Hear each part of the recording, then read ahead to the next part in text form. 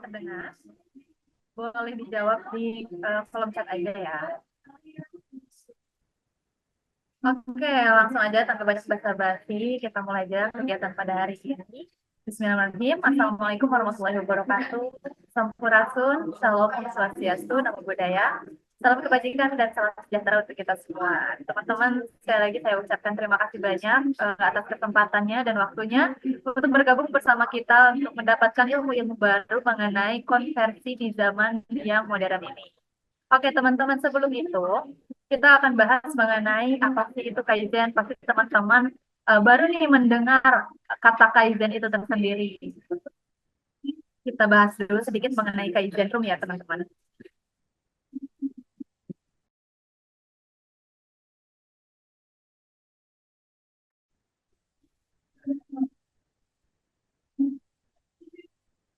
Oke, teman-teman, mungkin teman-teman juga baru mendengar apa itu Kaizen ya. Kaizen ini kita beradaptasi dari kata-kata Jepang yang berarti Kai itu change atau perubahan dan Zen itu good atau baik. Nah, jadi Kaizen ini adalah perubahan yang baik. Jadi kita di dalam ruangan ini akan mengubah ruangan-ruangan kreatif menjadi ruang-ruangan yang menuju perubahan yang baik. Seperti itu ya. Boleh dinaik. Nah, teman-teman di sini tuh kita public event, tapi tidak menutup kemungkinan bahwa kita di sini bisa mengembangkan skill-skill tertentu.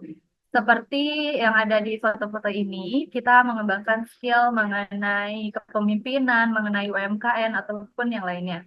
Di sini kita adalah ruang bertumbuh. Kami hadir untuk menggali hingga meningkatkan potensi tersembunyi dari kualitas dan kompetensi sumber daya manusia di Indonesia melalui pendekatan Kaizen. Pendekatan Kaizen yang tadi berarti adalah perubahan yang baik. Kami menghadirkan ruang perubahan positif melalui soft skills dan digital skills untuk siapapun. Bisa relevan dan sejalan dengan zaman. Kami yakin kamu adalah salah satunya. Jadi di zaman ini adalah zaman digitalisasi ya teman-teman. Jadi kalian tidak boleh menutup diri dengan perubahan zaman. Karena kita akan selalu ada perkembangan dari tahun ke tahun, dari waktu ke waktu. Boleh di next? Oke, kondisi saat ini itu masalah yang selalu terjadi dalam setiap organisasi, mulai dari perusahaan swasta, pemerintah, hingga institusi pendidikan. Nah, masalah itu pasti selalu ada ya teman-teman, tapi di sini juga kita berusaha untuk mendapatkan solusi.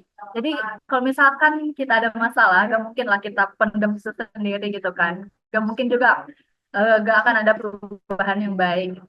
Yang pertama ada kesenjangan keterampilan yang semakin melebar. Perubahan teknologi yang begitu cepat membuat banyak tim kesulitan untuk mengikuti perkembangan dan menguasai keterampilan baru yang dibutuhkan. Nah, teman-teman yang tadi aku bilang, zaman sekarang ini udah zaman digitalisasi, teman-teman. Jadi kalian harus mengikuti perubahan yang lebih baik. Yang kedua ada tantangan adaptasi terhadap perubahan lingkungan kerja. Sulit beradaptasi dengan cepat secara nyata dapat menghambat proses inovasi dan perkembangan organisasi. Siapa sih yang nggak mau organisasinya berkembang gitu? Yang ketiga ada peningkatan kompetensi dalam diversitas dan inklusivitas. Organisasi yang beroperasi dalam lingkungan global dan multikultural harus menghadapi tantangan yang berkaitan dengan diversitas dan inklusivitas. Boleh dinaik?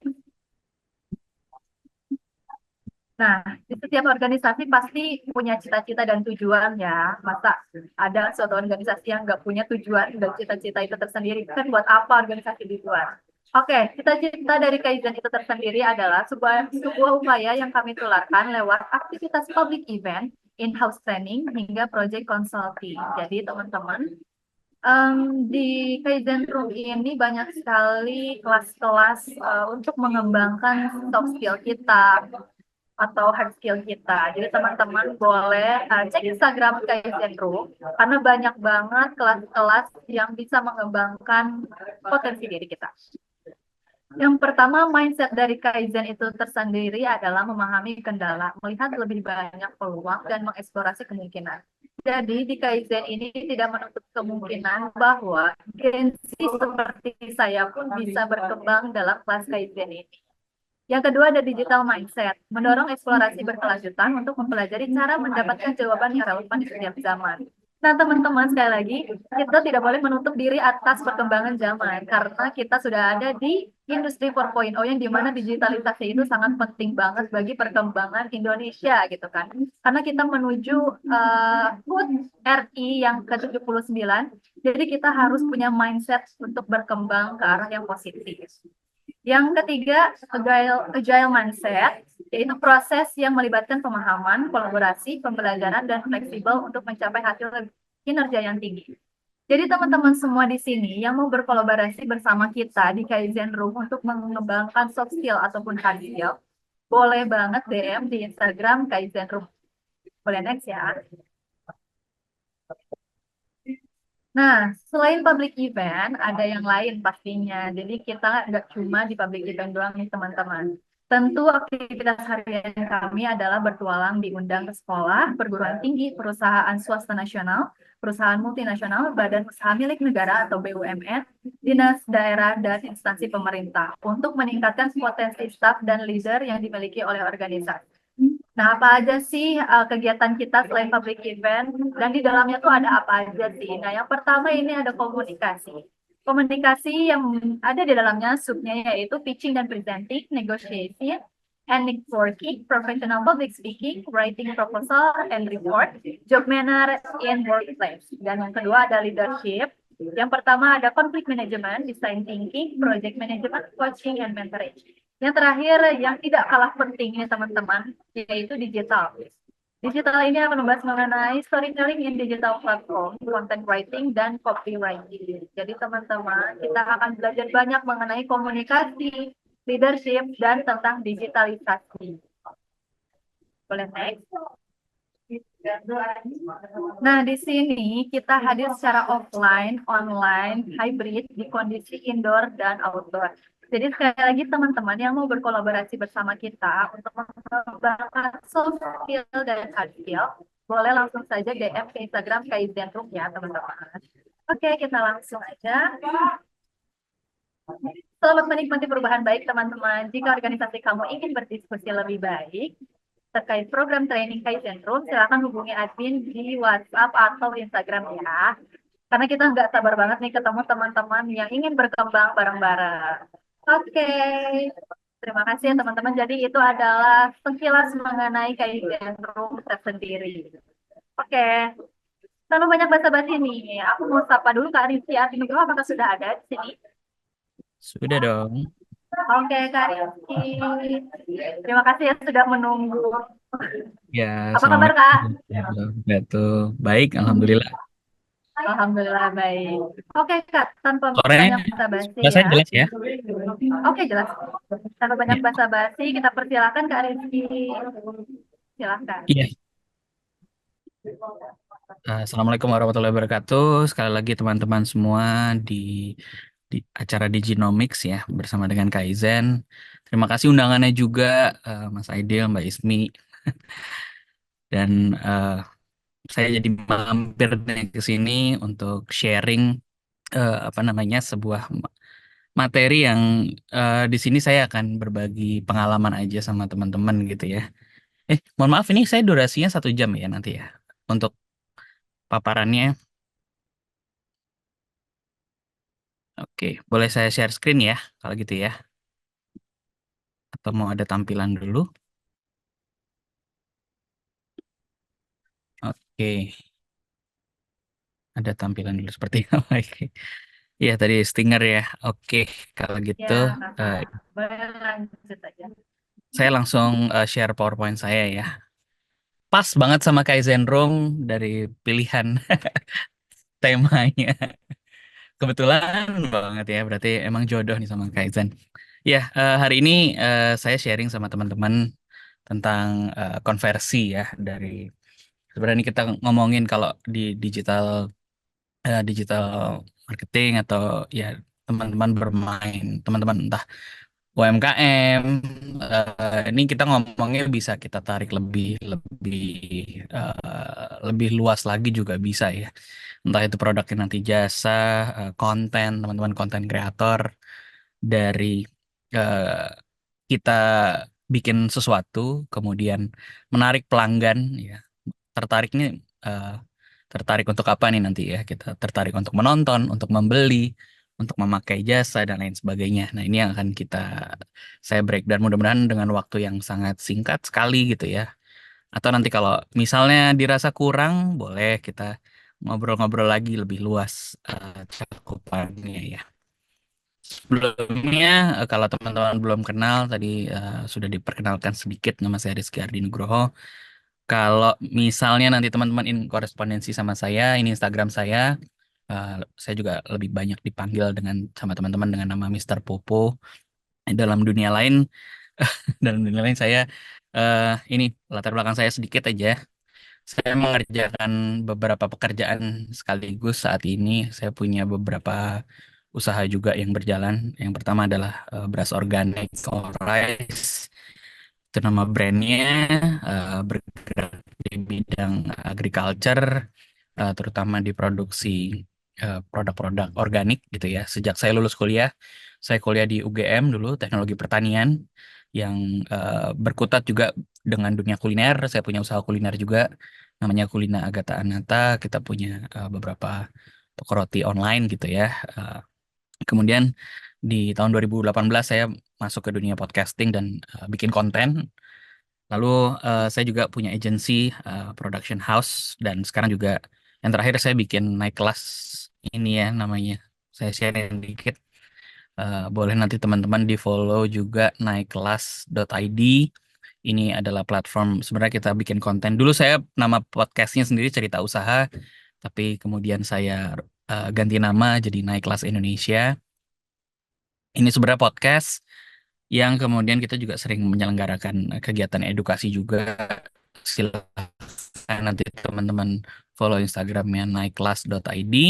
Saya bikin konten di YouTube, di banyak platform juga, YouTube, podcast, dan lain-lain untuk berbagi seputar dunia kewirausahaan dan tentang digital ya. Silakan ke sana. Tapi kalau teman-teman mungkin sudah pernah ketemu saya di dunia yang lain, saya bermain dengan storytelling. Ini podcast saya, mungkin ada yang kenal. Saya punya podcast Do You See What I See yang beberapa waktu lalu jadi film juga, ada di buku juga, ada di YouTube, ada di podcast gitu ya. Jadi barangkali teman-teman nanti tertarik untuk mendengarkan atau kalau tadi Kaizen punya ruang untuk storytelling dan menulis dan lain-lain, mungkin lain waktu kita bisa berbicara tentang itu. Ya, sedikit tentang tadi ya, kalau kita ngomongin konversi, saya pengen narik sedikit aja dulu. Mudah-mudahan ini waktunya cukup. Saya akan cepat ngebut supaya bisa masuk ke diskusi nanti. Jadi kalau kita ngomongin, saya ngebut dulu deh ke depan dulu deh ya. Sebenarnya ini PowerPoint yang cukup panjang. Saya sering menyampaikan ini. Nah, ini ya, digital marketing funnel, di mana model bagaimana misalnya teman-teman punya produk, punya perusahaan, punya jasa, punya konten yang ingin dijual gitu ya, yang ingin mendapatkan pendengar, penonton, pembeli yang loyal. Nah, kita mengenal juga tadi eh, namanya digital marketing funnel. Ini saya kasih gambaran sedikit ya, biar agak cepat. Jadi gambarannya seperti ini nih. Ada awareness, ada consideration, kemudian ada conversion, ada loyalty. Nah, ada beberapa juga yang menyatakan juga ini lebih lanjutan lagi ada advocacy. Nah, di sini apa sih? Mungkin saya akan sedikit remind teman-teman, mengingatkan apa sih awareness gitu ya. Tujuannya apa? Kemudian kalau ngomongin langsung ke tekniknya, itu ada beberapa taktik yang bisa kita pakai. Contoh aja nih ya, jadi kita mengingatkan dulu sebelum nanti kita masuk ke sesi diskusi yang bisa kita bicarakan, bisa kita ngobrolin gitu ya. Awareness itu adalah bagaimana misalnya kita punya produk dengan teknik macam-macam ya, iklan dan lain-lain. Ini adalah kita menjaring sebanyak mungkin untuk memperkenalkan kita gitu ya. Memperkenalkan diri kita sendiri misalnya yang saya lakukan adalah jual diri gitu. Saya memperkenalkan diri saya misalnya sebagai public figure atau sebagai penulis atau sebagai selebgram misalnya teman-teman ada yang kayak gitu atau ada yang punya YouTube, ada yang punya produk sebagai UMKM, ada yang punya jasa apa yang mau ditawarkan. Nah, kita ini berharap punya awareness gitu ya, punya customer kita atau calon customer kita, kita ini menjaring mereka supaya kita tahu ada produk, ada jasa, ada kita, ada konten kita yang ingin nanti call to action atau ujungnya apa nih, mau dibeli kah, mau ditonton kah, mau di subscribe kah, mau di follow kah gitu ya. Jadi tujuan kita adalah eh, membuat orang tahu, membuat orang sedunia tahu bahwa ada kita, bahwa ada produk kita. Nah, ini adalah tahapan pertama gitu ya. Kalau kita ngomongin dalam digital marketing funnel, tekniknya seperti apa? Kita bisa macam-macam, dari membuat konten viral, baik yang disengaja maupun tidak. Ada iklan berbayar, ada sosial media yang bisa kita pakai untuk banyak orang yang pengen jadi selebgram, jadi TikTokers. Mereka melakukan apa saja supaya dikenal orang. Baik itu misalnya bikin prank lah, bikin segala sesuatu yang unik dan lain-lain. Kemudian ada SEO untuk menjaring dari keyword. Kalau orang misalnya mencari bakso paling enak di BSD gitu kan, atau kuliner paling viral saat ini. Nah, mereka berlomba-lomba untuk mencari di search engine. Baik sekarang Gen Z kebanyakan search engine-nya itu apa? TikTok misalnya. Makanan viral apa misalnya daerah Depok. Nah, gimana supaya makanan kita ada di pencarian utama gitu. Atau kalau di Google atau di bisnis di Google Chrome, mana nih misalnya muncul sebagai chart Google Business. Jadi bisnis kita punya, atau kalau misalnya di Tokopedia, ketika ngetik misalnya saya produknya beras organik, ketika saya ketik pandan wangi atau beras organik atau beras merah atau beras hitam, kita berharap produk kita ada paling atas. Atau kalau Aha. misalnya ya, oke. Jadi saya lanjut ya. Jadi itulah yang kita coba supaya sebelum misalnya produk kita terkenal, atau konten kita terkenal, kita berharap orang yang murah banget atau yang keren banget tapi nggak ada orang tahu gitu ya. Jadi nggak ada yang nonton, nggak ada yang beli, nggak ada yang lihat. Jadi itu yang kita tidak mau. Makanya awareness ini ada di level paling atas untuk menggrab sebanyak-banyaknya orang, gitu ya. Nah, lalu apa gitu ya? Kalau kita ngomongin digital marketing funnel, setelah awareness kita turun lagi. Kenapa bentuknya seperti corong atau kerucut ya? Karena memang semakin nanti semakin ke bawah, semakin sedikit jumlahnya.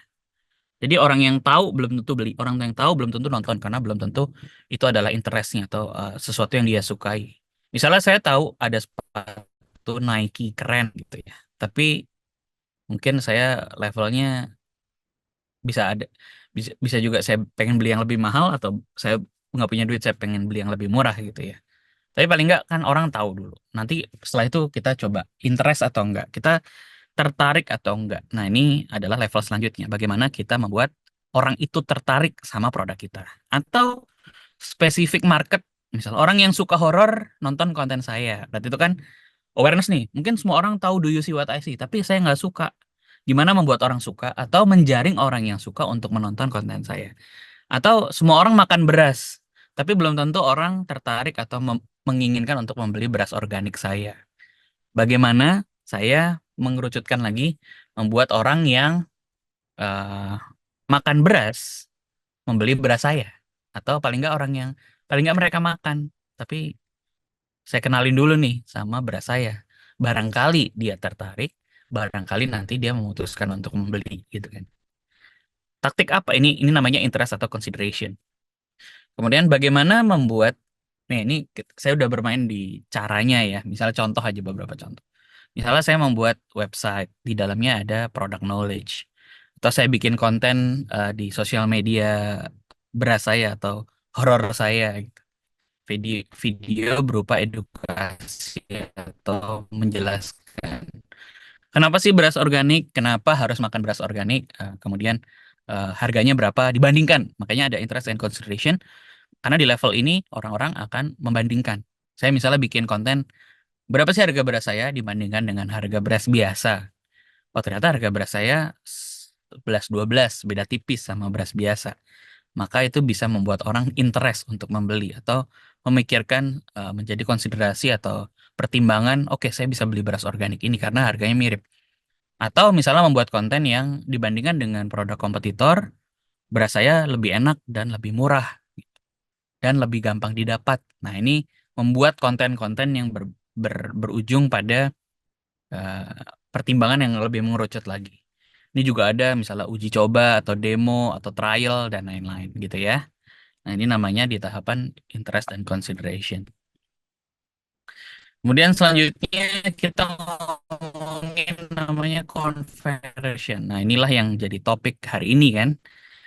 Bagaimana ketika tadi orang tahu, orang paling nggak tahu dan tertarik, orang tertarik atau memutuskan untuk membeli, ya belum tentu gitu ya. Orang tertarik belum tentu nonton, orang tertarik belum tentu pakai jasanya. Lalu apa yang harus kita lakukan gitu kan? Ya, ini banyak sekali gitu. Kalau kita ngomongin nanti harus ada test case-nya. Kalau teman-teman di sini ada, nanti kita ngobrol, ada produk apa nih? Kita ngomongin deh, kita ngobrol nanti. Jadi biasanya ini yang umum sekali misalnya.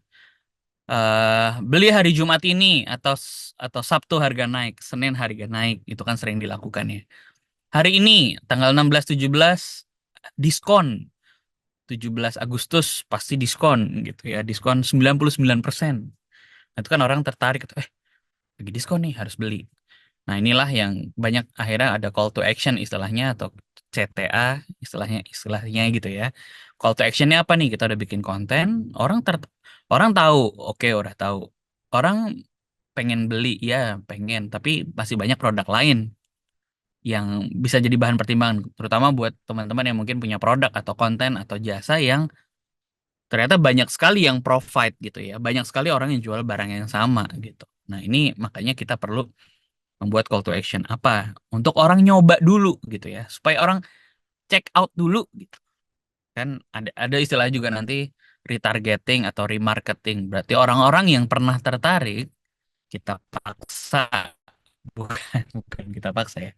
Kita coba lagi ajak untuk kita pasarkan produk kita supaya orang check out atau membeli atau nonton atau subscribe atau follow gitu ya. Kayak YouTuber tuh kan, kalau kalian suka follow dulu, subscribe dulu. Itu dia melakukan upaya untuk konversi gitu ya. Nyalain lonceng notifikasi. Itu juga upaya untuk melakukan konversi supaya tidak ketinggalan channel konten saya selanjutnya dan lain-lain. Itu adalah call to action. Bagaimana membuat orang yang hanya lihat-lihat, yang mungkin udah tertarik, tapi belum melakukan apa-apa gitu ya. Nah, ini yang disebut dengan conversion. Kemudian kita lihat lagi, setelah itu apa? Ada namanya loyalty. Tadi kan orang udah coba, orang udah nonton, orang udah pakai jasanya teman-teman. Ya, bisa jadi puas, ya kan?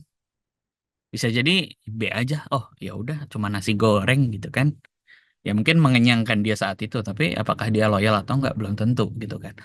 Makanya dalam beberapa taktik ini ada namanya program loyalitas. Kita email lagi, kita blast lagi. Terima kasih udah makan di sini. Terima kasih sudah pakai jasa kita. Lain kali berkunjung lagi. Kalau naik pesawat kan juga gitu ya. Terima kasih sudah naik ke Garuda. eh, da- apa segala macem. Semoga perjalanan Anda menyenangkan dan kita ketemu di lain waktu. Di emailin lagi. Ada promo iklan lagi. Ada konten eksklusif. Ada layanan misalnya kalau dia kecewa atau seneng, tolong sampaikan dan lain-lain. Ini mau tujuannya adalah membuat pelanggan puas, lalu membuat orang menjadi loyal gitu ya. Orang loyal, ingat lagi, ingat lagi, ingat lagi, beli lagi gitu ya. Saya punya customer beras dari 2008 sampai sekarang banyak yang masih beli hingga sekarang. Kenapa? Karena ya saya sering komunikasi secara personal, baik saya ataupun tim. Terima kasih sudah beli, nanyain kabar. Ternyata dengan nanyain kabar aja misalnya itu bisa membuat orang beli beras lagi dengan segala kemudahan yang kita tawarkan ya. Misalnya satu kali chat udah bisa datang berasa sampai rumah gitu. Nah, itu kan kemudahan-kemudahan kayak teman-teman beli langganan sama tukang gas mungkin, tukang galon air mineral atau tukang beras langganan. Nah, gitu itu yang membuat orang bisa loyal gitu ya. Kalau dalam eh, apa namanya tadi digital marketing funnel, corong ya, corong pemasaran digital. Nah, terakhir ini yang mungkin paling kecil gitu ya, paling di bawah banget.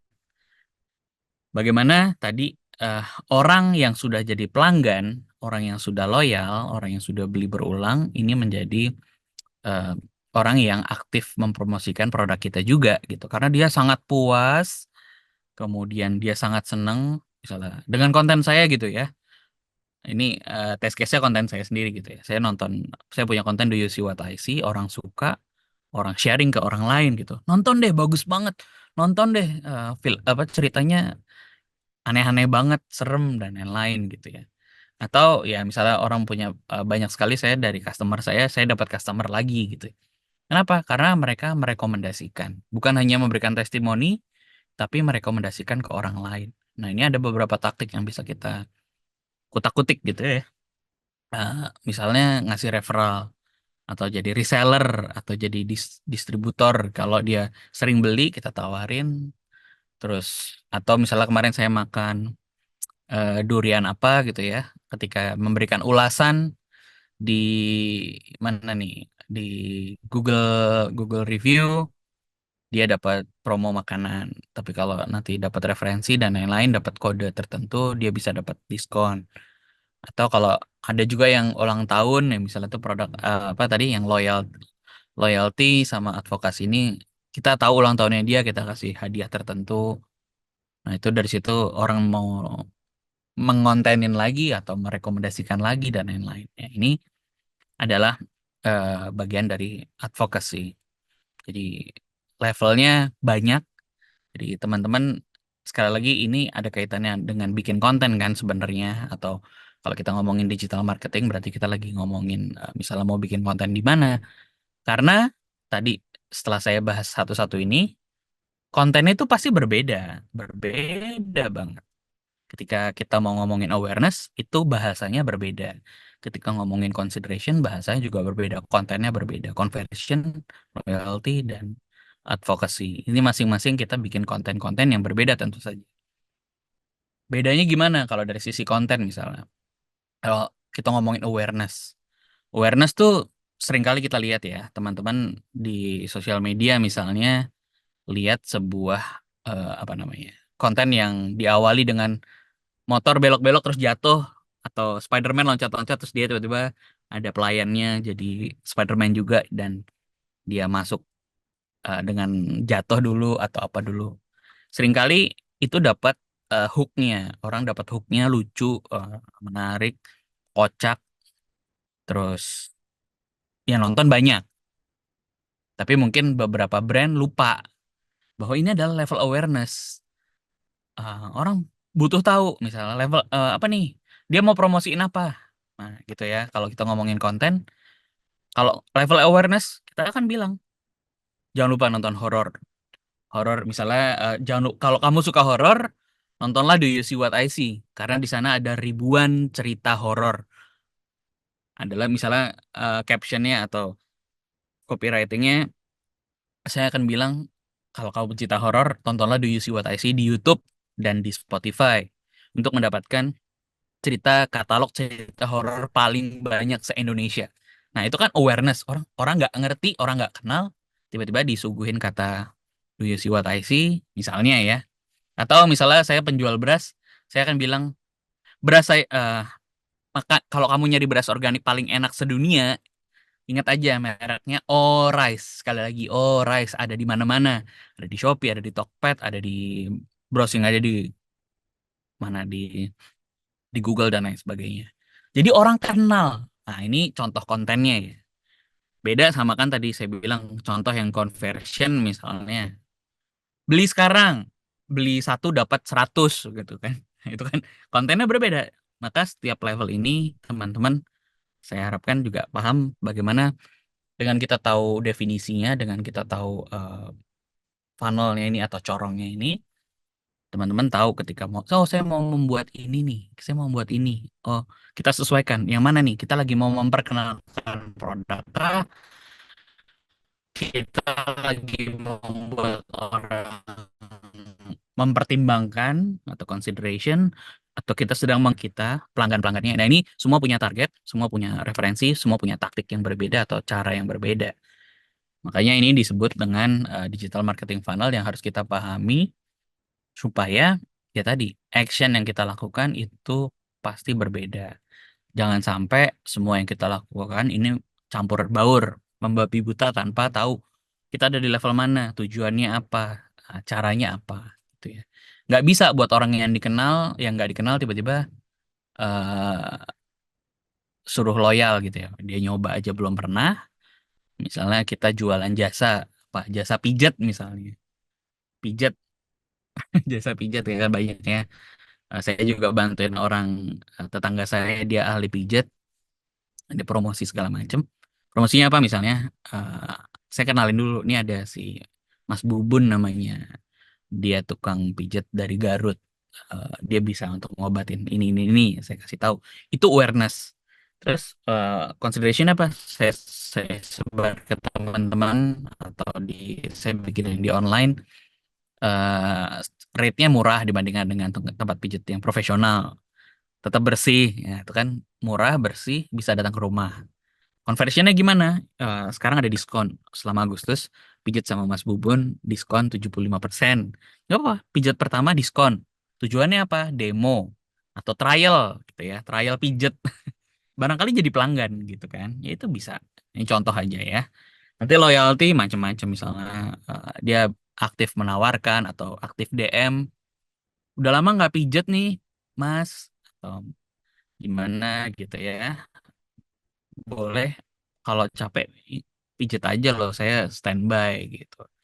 Dan nanti begitu ketemu, misalnya dia ini direct selling ya, bukan digital marketing. Tapi misalnya advokasi gimana, Mas punya teman nggak barangkali teman-temannya ada yang capek atau kesleo, tolong referensiin saya dong. Nah itu jadi advokasi dan yang lain. Itu adalah nggak hanya digital marketing funnel, tapi funnel dalam bagaimana sih sebuah bisnis atau produk itu bisa dikenal hingga orang bisa loyal dan bahkan mereferensikan gitu ya. Nah, itu tadi digital marketing funnel dan saya pikir eh, kalau teman-teman saya nggak tahu nih di sini boleh teman-teman sambil chat ya di bawah. Saya pengen tahu yang hadir hari ini itu pengusaha semua kah gitu ya. Konten kreator kah atau belum punya produk bahkan atau belum punya jasa atau belum punya konten. Tujuannya apa ikut kelas ini gitu. Jadi nanti kita bisa diskusi lebih lebih lebih lebih enak gitu ya. Nah, kemudian eh, saya mau loncat lagi gitu ya. Ketika kita ngomongin gimana sih funnel tentu saja tadi membuat orang banyak tahu kita dan sebanyak mungkin membuat orang eh, membeli produk kita, memakai jasa kita, menonton konten kita, memfollow kita dan apapun itu gitu ya. Lalu bagaimana sih cara meyakinkan gitu ya? Nanti ada saya ngomongin tool saya dulu. Balik lagi nih, saya loncat-loncat sekali lagi. Kalau kita ngomongin membeli barang deh, ini namanya barang atau jasa. Ada barang, ada jasa, ada konten. Nah, membeli ini ya kalau untuk barang dan jasa. Tapi kalau konten menonton gitu ya, atau orang akhirnya loncat ke kita untuk menyimak atau apapun itu. Dari mana sih asalnya gitu ya? Kalau kita ngomongin rangsangannya dulu nih, bagaimana sebuah trigger orang bisa tahu kita. Ini ada di iklan di TV mungkin, lihat produk, atau lihat orang pakai apa di TV, orang makan apa di TV dan lain-lain. Begitu juga dengan postingan di Instagram, ada di TikTok, terus kemudian ada referensi dari temennya ngasih tahu kalau ina inu bisa makan ini enak di Bandung nih, enak di Bogor nih. Nah, itu kan dari temen tuh. Atau lihat di e-commerce, oh ada promo entah di e-commerce, entah di Grab atau ngelihatnya lagi ada 17 Agustusan nih. Biasanya ada iklan di e-commerce atau di sosmed pengen makan. Nah, ini kan adalah semua rangsangan. Atau lihat barang di toko, ih lucu nih. Terus akhirnya mungkin dia akhirnya cari di online, belinya di online. Atau beli di toko itu. Ini adalah rangsangan-rangsangan terhadap kita sebagai customer, sebagai penonton, sebagai pemakai jasa, pemakai barang. Kita biasanya ngelihat di sini. That's why tujuan kita misalnya sebagai pemasar atau sebagai produsen produk, jasa, dan lain-lain, kita wajib ada di sini gitu ya. Kita nyemplungin kita di sini supaya kita selalu ada di pusara orang-orang yang sebagai orang yang mau membeli, calon customer, calon penonton dan lain sebagainya gitu ya. Nah, tools apa sih yang bisa kita pakai kalau kita ngomongin digital marketing gitu ya? Banyak. Kalau kita bahas mungkin 3 hari 3 malam belum selesai gitu ya. Masalahnya ini waktunya cuman ya udah hampir jam segini. Nah, ini nanti mungkin berlanjut. Silahkan aja nanti kita bikin sesi lebih intimate. Satu-satu bisa kita bahas gitu ya. Kalau kita ngomongin tools, ini banyak sekali. Ada Google Business, ada Google Contact. Di sini kenapa Google Contact padahal cuman kontak, kenapa jadi penting? Karena kalau tadi kita ngomongin awareness, kita harapannya kita ada 200 juta lebih. Kita punya kontak orang Indonesia, dan apalagi kita tahu demografinya. Oh, pasar saya buat cowok nih di usia sekian di daerah sini dan lain sebagainya. Semakin banyak kontak, semakin orang yang aware. Jadi kita semakin punya target eh, pemasaran kita tahu dan akan mengerucut lebih. Misalnya gini, kita kenal 1.000 orang, yang beli mungkin cuma 10 orang dari 1.000. Berarti berapa persen tuh misalnya ya? Berarti kan 10 per 1.000. Tapi kalau kita punya 1 juta orang, kesempatan orang membeli produk kita akan jauh lebih banyak. Makanya saya sering berani sama teman-teman kan. Kalau kita kenal gitu ya, semua akan punya dampak yang sama. Sama-sama terkenal, entah produknya dulu atau orangnya dulu. That's why waktu itu ada kue artis dan lain-lain kan. Jadi mungkin kuenya nggak enak, tapi gara-gara artis yang beli banyak gitu. Karena yang followersnya banyak. That's why nanti kita ngomongin spesifik gitu ya. Bisnis kontak atau bisnis kita punya kenalan banyak atau punya orang yang bisa kita kontak banyak atau leads banyak itu berpengaruh sama usaha kita gitu atau produk kita. Bedanya misalnya gini, orang mungkin punya konten bagus, yang nonton sedikit, sama orang kontennya B aja tapi yang nonton jutaan. Banyak kan konten receh jutaan yang nonton gitu. Ya meskipun yang nonton juga produknya jelek, tapi tetap laku kan karena konteks itu penting sekali. Tadi yang aware atau yang tahu itu banyak, maka pasti yang beli atau nonton bisa banyak, kemungkinan bisa banyak. Makanya kita penting banget punya nanti turunannya dari Google Contact, kita punya leads, bisa kita follow up lewat WhatsApp, lewat Line, lewat Telegram, lewat sosmed gitu juga ya. Kemudian tools yang lain misalnya pakai ya sosial sosmed udah misalnya Tokopedia atau Shopee untuk produk tertentu. Untuk produk kuliner bisa main di GoFood, GrabFood dan lain-lain ya. Atau punya website, punya blog sebagai supporting. Ini adalah tools-tools yang bisa kita pakai gitu ya. Gitu ya. Sekali lagi kalau saya mau ngomongin sebenarnya agak kembali gitu ya. Kalau kita ngomongin bisnis yang proper atau bisnis yang sukses atau produk yang bakal dibeli orang, ini saya mau mengingatkan teman-teman sekali lagi, sebelum kita jual, kita kembalikan dulu ke produk awalnya dulu. Misalnya produk ya, kita ngomongin produk atau jasa. Ini adalah kuncinya. 3 kata ini. Harus ada paling nggak satu dari 3 kata ini dalam unsur usaha kita atau produk kita atau konten kita. Artinya lebih cepat. Maksudnya gimana? Lebih cepat ya pelayanannya, servisnya, dan lain-lain. Kemudian better. Better ini ya pasti ya. Orang pengennya better. Sesuatu yang lebih baik daripada kompetitornya. Misalnya mau beli sepatu, sepatunya lebih bagus. Makan, ya makanannya lebih enak. Porsinya lebih banyak. Kemasannya lebih bagus. Pelayanannya lebih bagus. Lebih sopan, lebih apa segala macam. Cheaper gitu ya. Lebih murah. Ya belum tentu lebih murah juga gitu ya. Ini makanya ini nggak selalu melulu harus ada. Nggak melulu harus ada tiga-tiganya. Jadi bisa dipilih. Tapi paling nggak punya 2 dari ini keren banget. Syukur-syukur tiga-tiganya. Bisa pelayanan lebih cepat, servisnya lebih bagus, purna jualan lebih bagus, garansinya lebih bagus, lebih better, lebih murah. Orang kan pengen itu ya dalam dalam dunia ini. Kalau bisa lebih murah ya lebih enak. Gitu juga sebaliknya, bisnis yang produk yang nggak unggul ya adalah produk yang slower, lebih mahal dan lain-lain. Kita perhatikan dulu konten kita perhatikan dulu produk kita segala macam. Nah, menyambung yang tadi, ya makanya tadi saya mau ngomong sedikit mengenai setelah punya produk, gimana sih? Nah, ini kan kita pengen memasarkan sebenarnya. Bagaimana meyakinkan untuk menjadi konversi gitu kan. Yang pertama ini sudah saya jelaskan barusan, memperbaiki kualitas. Ya tadi harus ada faster, better, cheaper, atau value-nya lebih baik, atau service-nya lebih baik, dan lain sebagainya. Kalau kita jualan barang yang prima, yang bagus, yang enak, yang murah,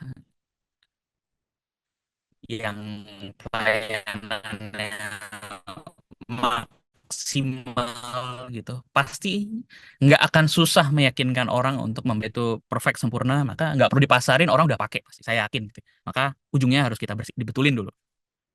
Kemudian memperbaiki pola komunikasi ini yang perlu kita sampaikan gitu ya. Kita jualan nanti, kalau di Kaizen saya lihat tadi ada storytelling dan lain-lain, itu adalah part di mana kita sebagai siapapun tadi, sebagai pembuat barang, sebagai penjual, sebagai konten kreator, sebagai apapun, ini harus punya komunikasi yang baik sekali gitu ya. Karena kita jualan. Nah, ada 3 kunci, clear, concise, sama complete. Jadi kalau jualan tuh clear, jelas. Kamu ngomong apa sih? Jelas. Apa yang mau dijual apa? Jelas. Dalam bikin konten juga jelas. Concise, ringkas, nggak banyak-banyak, nggak panjang-panjang, orang udah tahu. Lengkap, misalnya detailnya apa nggak, orang nggak nanya lagi. Jadi ketika kita ngomong cepat di sosial media, orang udah menangkap gitu ya. Kemudian apa lagi? Kemudian memberikan kesempatan mencoba. Ini saya sudah sampaikan tadi. Ketika kita jualan, pastikan misalnya demo, ada trial, ada giveaway, bukan ada sampelnya. Kalau ada jasa, jasa selanjutnya berbayar dan lain sebagainya. Ini adalah bagaimana cara kita meyakinkan customer kita. Kemudian dengan ini banyak sekali sudah dilakukan, menunjukkan testimoni, ada bintangnya berbicara, review dari customer yang udah beli dan lain-lain, atau bikin video. Nah, ini akan membuat orang trust sehingga ketika kita tadi di level konsiderasi, kita tunjukin nih. Misalnya saya penjual mobil, saya pakai Wuling misalnya, REV. Ini loh yang udah pakai, mereka seneng, pajaknya murah, bebas ganjil genap, perawatannya murah, warrantinya panjang. Nah, ini ada testimoni dari orang yang pernah. Ini loh videonya, tonton deh reviewnya. Mereka pelanggan loh, gitu. Mereka bukan orang reviewer, tapi orang yang udah pernah pakai, misalnya gitu. Contoh. Kemudian memperlihatkan pencapaian. Ini kan udah dipakai 1 juta umat gitu ya. Terpercaya, dapet apa namanya, best brand segala macem, udah tembus ke pasar Antartika, sudah dijual di bulan, gitu ya. Udah ekspor, wah, di dimakan sama Muhammad misalnya. Terus ada reviewnya, ada keterangannya. Benar mereka pakai. Oh iya, saya percaya. Dipakai sama semua artis di Indonesia. Nah, gitu kan. Ini menunjukkan tadi testimoni, tapi juga pencapaian bisnis kita sehingga orang semakin trust.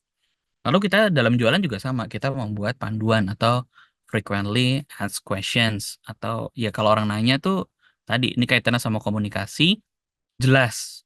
Panduannya gimana, cara belinya gimana, harganya berapa, kalau mau tuker gimana, kalau mau beli gimana, bayarnya kemana, warrantinya apa, ada garansi atau enggak. Jadi orang nggak bingung, cepat-cepat kita sampaikan, mungkin ada di WhatsApp bisnis kita, membuat orang nggak banyak tanya dan bisa langsung check out gitu.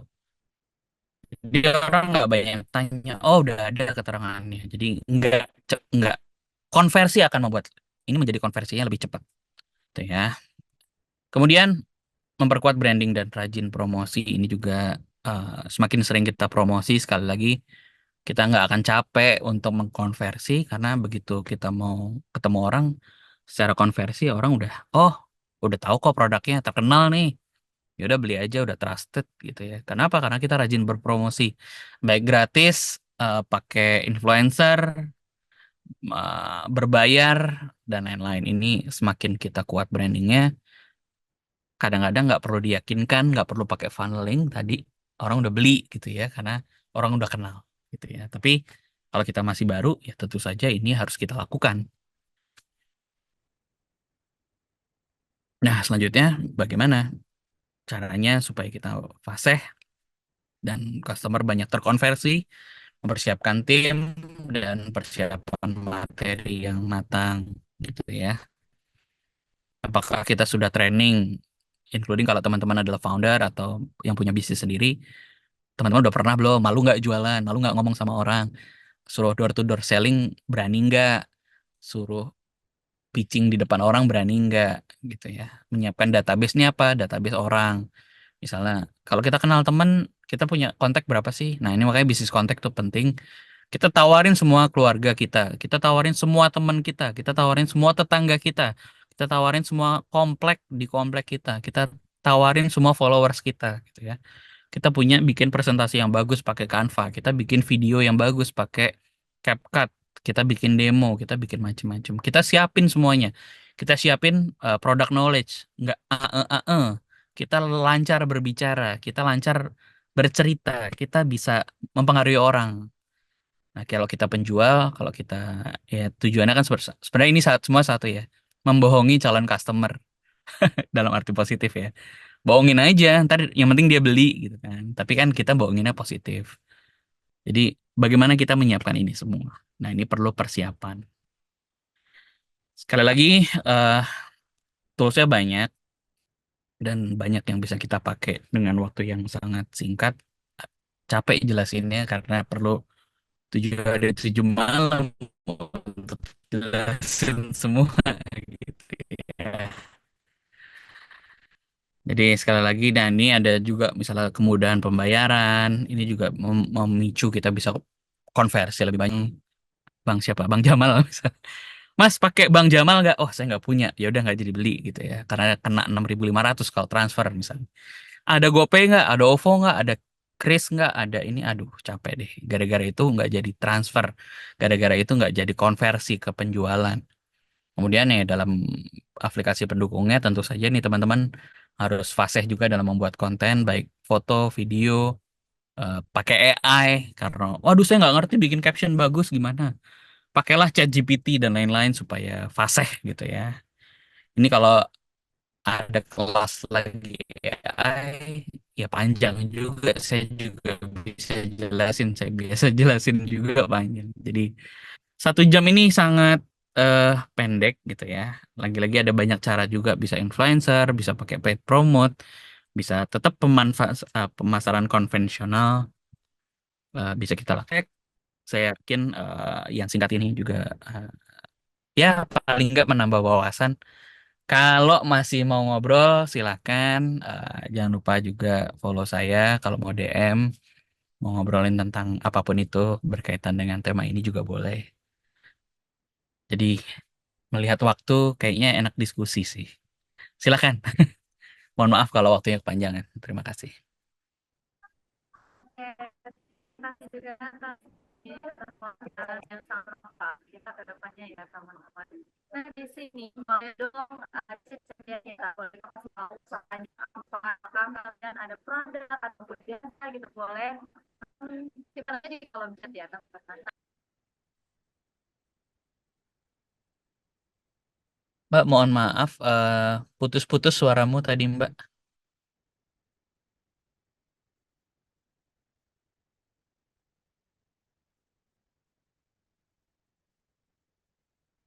Oke, maaf ada kendala sedikit karena jaringannya. Masih putus-putus. Oke, halo.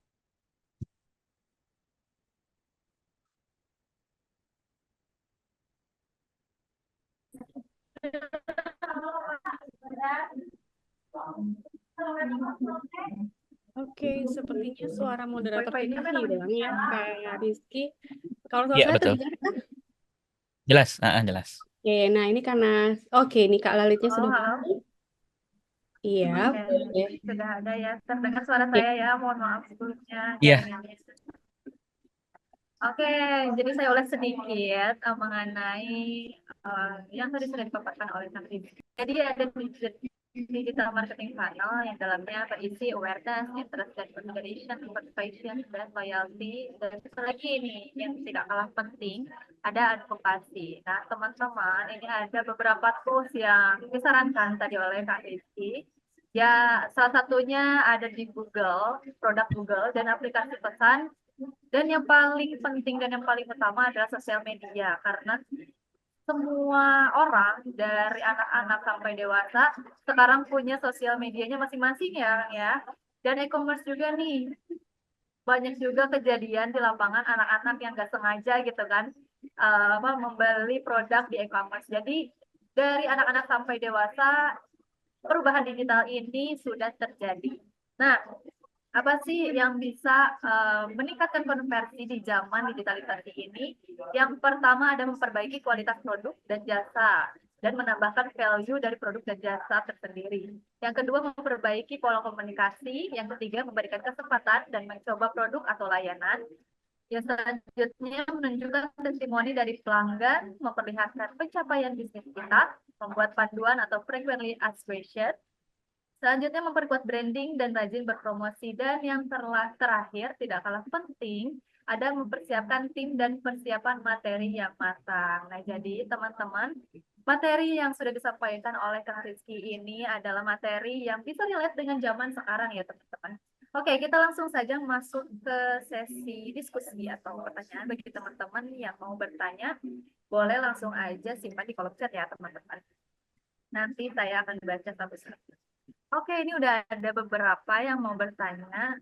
Ada dari, bentar, dari Kak Air Niawati. Mohon maaf ya kalau salah bicaranya. Ada pertanyaannya, yaitu bagaimana caranya untuk bikin konten yang menarik, sedangkan saya termasuk bukan yang kreatif. Aduh, teteh jangan insecure terlebih dahulu ya, teteh. Kita langsung aja dengan jawaban dari Kang Rizky. Mana Kang Rizky? Iya Mbak Airniawati, ini memang PR juga ya. Kadang-kadang kita bukan, wah saya belum pernah bikin konten, masa harus bikin konten gitu ya. Nah ini memang kalau di masa sekarang saya yakin contoh banyak sekali ya. Eh, Mbak Airniawati udah sering banget lihat konten bagus. Permasalahannya bisa nggak kita bikin serupa atau mencontoh atau memodifikasi gitu ya. Kalau bisa ya tadi saya bilang belajar teknik editing, teknik bikin video, ngambil foto atau video yang bagus. Paling nggak kita punya referensi, kita tahu mana yang bagus, mana yang enggak menurut referensi kita sendiri, preferensi kita sendiri. Kita catat nih, kita save-savein nih kalau kita penjual atau kita konten kreator atau kita jualan produk, kita tahu nih produk-produk serupa yang bikin iklan atau bikin konten sosial media gimana, nggak apa-apa ya amati dulu, tiru, belajar editingnya. Kalau bisa udah nanti ada modifikasi, kita punya cara sendiri. Syukur-syukur kalau kita udah jadi yang kreatif banget, kita bikin style kita sendiri gitu ya. Ya malah kita yang bikin trendsetter viralnya gitu. Tapi untuk masuk ke level itu ya kita harus belajar. Nggak bisa serta-merta langsung bisa. Tapi kalau nggak dilakukan dari sekarang ya kapan kita bisa gitu. Kalau pengen cepet gimana? Ya udah bayar aja. Selebgram, endorser, dibikinin konten sama mereka, dibuatin viral ya kita tujuan kita cuman produksi aja gitu ya. Nanti untuk urusan promosi kita bayar endorser, kita bayar selebgram, kita bayar food reviewer misalnya. Nah, biarkan mereka bekerja, kita yang bikin makanannya gitu. Jadi kalau belajar banyak sekali tutorial banget di TikTok lah, di Instagram, di YouTube untuk bikin konten-konten yang bagus dan kreatif. Jadi bisa belajar saat ini, belajar ya mudah sekali sih, nggak ada yang berbayar, bahkan semuanya gratis gitu. Ini termasuk menjawab banyak pertanyaan ya, Mas Alif Maulana bikin konten, terus apa lagi, cara ampuh biar rame tadi kan, supaya viral juga dari Ariel. Jadi banyak sekali yang bisa terjawab dari situ. Intinya sih belajar sebenarnya ya. Nggak ada instan. Banyak yang instan sekarang ya, bikin konten pakai CapCut udah banyak filter yang bagus. HP apa aja udah bisa install CapCut. Kalau bisa berbayar ya berbayar. Itu udah ada banyak filter. Mau gimana style udah bisa tinggal kita pencet-pencet doang udah jago lah terlihat gitu ya. Tapi itulah kemudahan teknologi. Terus kalau susah bikinnya gimana idenya? Bisa pakai AI, ChatGPT atau Gemini. Mungkin lain waktu kita bisa bahas. Tapi yang jelas bikin itu nggak susah, tinggal belajarnya aja, mau apa enggak. Oke, sepertinya nge-freeze lagi, Mbak Mbak Lalit ya. Boleh langsung ke pertanyaan berikutnya, Kak Rizky? Oke. Ya, mungkin dari Kiki Sandy nih, Kak. Bagaimana tips membangun dan menciptakan komunitas konsumen sebagai aset dari calon pelanggan yang loyal nantinya? Boleh, silakan dijawab, Kak Rizky. Membangun kan komunitas, ya tergantung ya produknya apa ya. Kadang-kadang mereka nggak mau disatuin gitu ya. Mereka kalau penonton atau channel gitu ya, itu masih bisa kita jadikan komunitas. Tapi kalau customer rata-rata ya mereka pribadi. Tapi kalau mau menciptakan aset orang ya, kayak saya nih di HP saya kontak ada sepanjang saya berbisnis beras, misalnya saya punya kontak hampir 15.000 orang. Di mana bukan hanya kontak tapi namanya lengkap siapa, alamatnya di mana, emailnya apa, mereka beli apa, eh, beli tanggal berapa, bulan ini beli berapa aja itu kita kumpulin kontaknya. Itulah namanya database. Kita dapat kontak dari mana? Bisa jadi dari leads, bisa jadi dari iklan, bisa jadi dari bazar. Kita tanya, boleh nggak minta nomor teleponnya? Kalau udah dia beli, kita kumpulin datanya satu-satu. Dia suka apa, dan lain-lain. Itulah kita menjadikan kontak itu aset. Orang yang pernah beli akan lebih mudah suruh beli lagi daripada orang yang belum pernah beli sama sekali. Jadi kita punya kontak 15.000 ya, kemungkinan suruh beli lagi ya bisa gitu ya. Jadi aset treatmentnya tadi apa? Saya ngomongin Google Contact. Pastikan semua orang yang kita kenal atau ex customer atau orang yang pernah beli kita simpan semuanya dan kita rawat mereka baik-baik dengan komunikasi yang baik. Misalnya menanyakan kabar, memberikan ya tadi loyalitas ya ini ya namanya ya. Oh nggak beli lagi Bu? Udah lama nggak beli beras saya loh. Oh iya saya lupa. Ya udah saya beli. Nah kadang-kadang orang cuma lupa. Kita nggak pernah ngingetin aja gitu. Nah ini makanya sekali lagi customer atau data customer atau nama orang atau kontak kita adalah aset yang besar gitu ya untuk menjadi customer yang loyal. Tinggal kita treatmentnya gimana secara komunikasi. Oke, itu mudah-mudahan menjawab. Oke, terima kasih kepada atas jawabannya. Mungkin dari semua pertanyaan ini sudah terjawab ya semua Kak Rizky ya. Oke, ini ada yang berbicara. Terima kasih Kak Rizky. Terima kasih juga ya teman-teman semua yang sudah hadir, yang sudah menyempatkan waktunya untuk belajar bareng dan berkembang bersama menuju perubahan yang lebih baik bersama Kaizen Room dan Kak Rizky Adi Nugroho. Oke teman-teman, sedikit ulasan lagi mengenai konversi. Jadi teman-teman dalam dunia digitalisasi ini, sosial media bisa menjadi patokan yang penting untuk meningkatkan konversi yang lebih asik lagi, agar pelanggan-pelanggan lebih tertarik atas produk atau jasa kita. Jadi teman-teman tadi ada beberapa strategi yang udah Kak Rizky sampaikan. Mungkin teman-teman bisa realisasikan di kehidupan nyata bahwa ilmu-ilmu yang dari Kang Rizky ini sangat-sangat brilian sekali ya teman-teman. Kalian susah banget nih mendapatkan ilmu yang seperti ini nih teman-teman. Jadi kalian jangan menyia-nyiakan ilmu dari Kang Rizky yang tadi ya. Oke teman-teman. Sekali lagi saya ucapkan terima kasih kepada Kak Rizky yang sudah memberikan banyak materi dan banyak ilmu baru untuk meningkatkan konversi di zaman digitalisasi ini. Oke, sekali lagi juga saya ucapkan terima kasih kepada teman-teman semua yang sudah hadir dan sudah memberikan sedikit insight bagi kita semua. Nah, teman-teman jangan lupa ya, share keseruan kita hari ini dan tag Instagram Kaizen Room dan juga Instagram Kak Rizky Ardi Nugroho. Atau boleh disebutkan Kakak username Instagramnya? Eh, saya tunjukin aja ya. Oke, boleh. Nah, jangan lupa ya, tag juga Instagram Kak Rizky dengan username Mister.Popo. Oke, teman-teman, terima kasih sekali lagi atas kesempatannya dan Kak Rizky. Terima kasih. Semoga kita bisa bertemu kembali ya untuk Amin. ilmu-ilmu yang bermanfaat selanjutnya. Nah, Boleh. teman-teman, jangan lupa kalau misalkan ada yang mau berkolaborasi dengan kita untuk mengembangkan soft skill dan juga hard skill, boleh langsung DM atau WhatsApp di Instagram Kaizen. Dan teman-teman juga yang menanyakan sertifikat ya teman-teman, nanti kita akan mengirimkan ke email masing-masing. Nah, sebelumnya boleh di on cam dulu teman-teman semua karena kita akan mengadakan sesi foto bersama terlebih dahulu. Kita on cam dulu ya teman-teman. Udah on cam semuanya?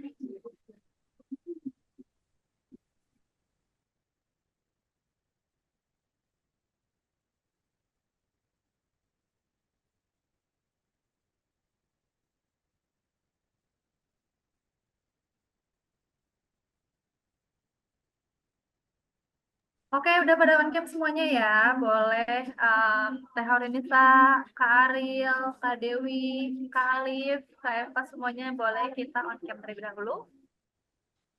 Karena kesempatan ini susah banget didapetin ya teman-teman, apalagi Kak Mister Popo ini atau Kak Rizky ini. Waktunya tuh sangat sibuk sekali nih teman-teman.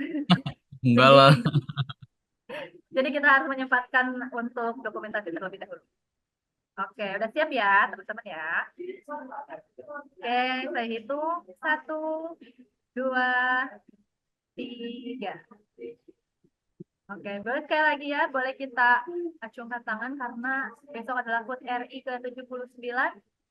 Kita harus lebih semangat untuk perubahan yang lebih baik lagi. 1, 2, 3. Oke, sudah ya teman-teman. Terima kasih sekali lagi saya ucapkan untuk kesempatannya pada hari ini. Dan terima kasih sekali lagi untuk Pak Mister Popo atau Kak Rizky. Oke teman-teman, jangan lupa nanti di kegiatan selanjutnya akan ada Diginomic yang lebih seru lagi. Jadi teman-teman stay tune di Instagram Kaizen Group.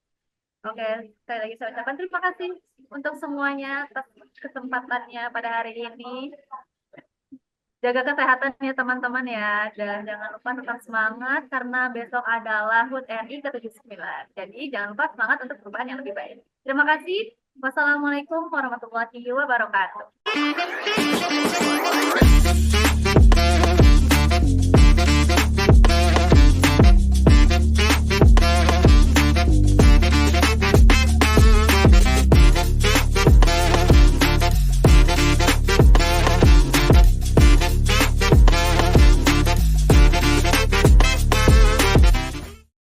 Setiap saat kita punya rasa takut yang berbeda. Waktu kecil, kita takut jatuh saat bersepeda, takut dimarahi saat hujan hujanan, takut pula untuk berseluncur saat bermain. Tapi setelah beranjak dewasa, rasa takut itu terasa berbeda. Takut kehilangan pekerjaan, takut tidak mendapatkan pekerjaan, takut kehilangan produktivitas karyawannya, atau bahkan takut kalah saing dengan teknologi. Satu-satunya cara biar nggak lagi takut adalah berubah. Menambah nilai-nilai baru melalui soft skills maupun digital skills yang relevan demi beradaptasi dalam era yang dinamis ini. Kami dapat mendukung setiap perubahan baik yang dilakukan, memberantas rasa takut, selalu siap bertahan di segala kondisi dengan nilai baru yang dimiliki. Karena bagi kami, 1 tambah 1 bukan sama dengan 2, melainkan 3. Bersama kita bangun nilai baru.